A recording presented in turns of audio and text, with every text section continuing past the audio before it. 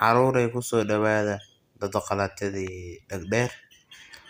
Dhagdheer waa dad qalato aad looga baqi jiray waa hore oo ku noolayd boholaha xarkaga ee waddanka Soomaaliya. Ilmaha yaryar waxaan lagu cabsiyaa oo la dhahaa haddaa banaanka u baxdeen dhagdheer dad qalatadii ahayd baana cuni ee hayay banaanka u bixina.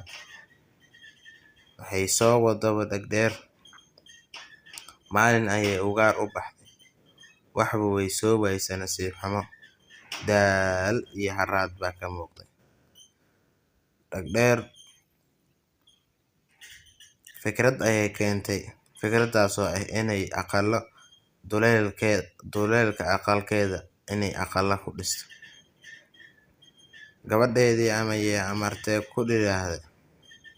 Gabadheedii soo gur coos iyo qoryo. Dhismihii ayay bilowday.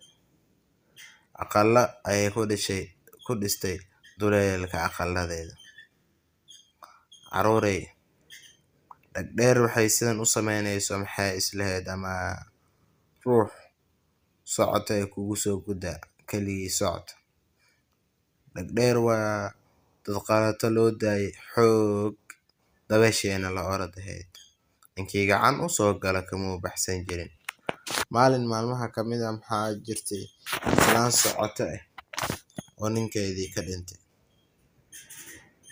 Islaantii ayaa socodkeedii ayadoo wadato indhaha hal mar bab ku siisay aqala deegaan la moodkii dhagdheer.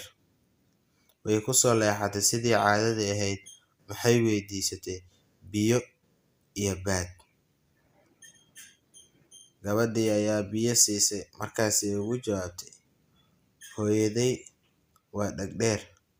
Gurigaa dhimatay waa aqalkii dhagdheer. Hooyaday intay jiifka ka soo kicin anigu waan ku haraad iyo gaajo tiri lahaa. Balse hooyaday waa dad qalato intay jiifka ka soo kicin waad inaad dhuumato. Markay jiifka ka soo kacdo ugaarkeedii u baxdo ugaarsi doonato waad inaad naftaada la baxsato.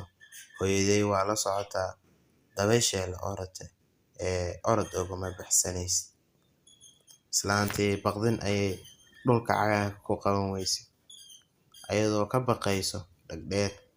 Islaantan waa un looga sheekeyn jiray sheekada dhagdheerna dhag unay ka maqashay. Weli may islaamka dhagdheer baa la kulmay.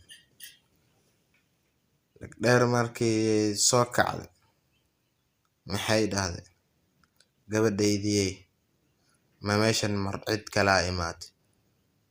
Anigu dad kale ii soo shiiraya ayadoo hadba dhinac fiirinayso hadba dhinac sanka la raacayso oo ku tumsan gabadhan yar inay wax qarinayso ee ku dhahday bari cad baa ii soo shiiraysaa naag buuran baad ii soo shiiraysaa boodi qurux badan baa ii soo shiiraysaa maanta waan gaajo bixi.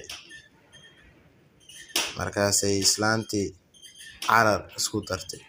Islaantii dhagdheer way ka daba tagtay ilaa iyo webigii buuraha xarkaga ku yaara soo celiyay. Islaantii webiga ayay la hadasho maxay dhahday inaan ku gudbaan rabaa.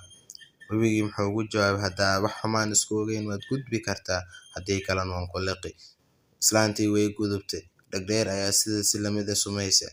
Dhagdheer webigii wuu laqay waayo xumaheeda dunida buux dhaafiyay. Dhagdheer meesha ayay ku dhimatay. Xarkaga roob baa ka da'ay xoolihii way dhargeen. Reen iyo farxad baa magaaladii lagu noolaa deegaankii ugu dhismay.